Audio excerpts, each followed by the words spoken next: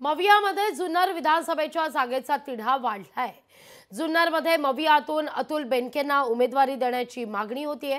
अतुल बेनके अजित पवार यांचे निकटवर्तीय मानले जातात। अतुल बेनकेंना शरद पवार यांच्या राष्ट्रवादीत घेण्यासाठी म्हणून मोर्चे बांधणी सुरू आहे। राष्ट्रवादी शरदचंद्र पवार पक्षाचे पदाधिकारी, आदिवासी मुस्लिम समाजाच्या प्रतिनिधींची शरद पवारांकडे तशी मागणीच दिसते।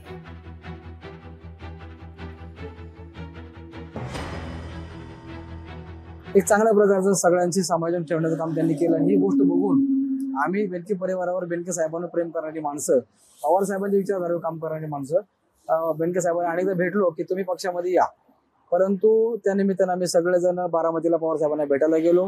त्यानिमित्तानं मी जयंत पाटील साहेबांना आम्ही भेटलो।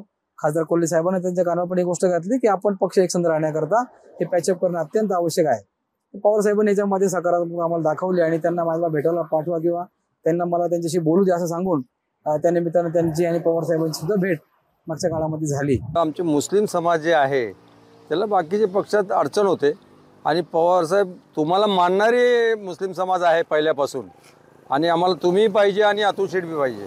अतुल शेठ असं कारण काय का अतुल शेठनी मुस्लिम समाजाला कायम साथ दिलेली आहे आणि जुन्नर शहराचा, जुन्नर तालुक्याचा, मुस्लिम समाजाचा जेवढा काय विकास असेल त्यांनी विकास केलेला आहे आणि एवढं भरभरून त्यांनी निधी दिलेला। आमच्या लोकांचं सगळ्यांचं म्हणणं असं आहे का पवारसाहेब बी पाहिजे, पवारसाहेबच्या पक्षात अतुल शेठ पाहिजे आणि अतुल शेठला तिकीट दिलं पाहिजे अशी आमची पूर्ण समाजाची मागणी आहे। महाराष्ट्राच्या राज्याच्या राजकारणात राष्ट्रवादी काँग्रेस पक्षाचे 2 गट पडल्यामुळे आदिवासी समाजावरती जो विपरीत परिणाम असा घडला तो घडू नये म्हणून आम्ही शरद पवार साहेबांना विनंती करणार आहे की पवार आणि बेनके कुटुंब कुठंतरी एकत्र येऊन आत्ताच्या विधानसभेची उमेदवारी ही अतुलदादा बेनके यांना द्यावी असं आमच्या आदिवासी समाजाकडनं त्यांना मागणी करण्यात येत आहे।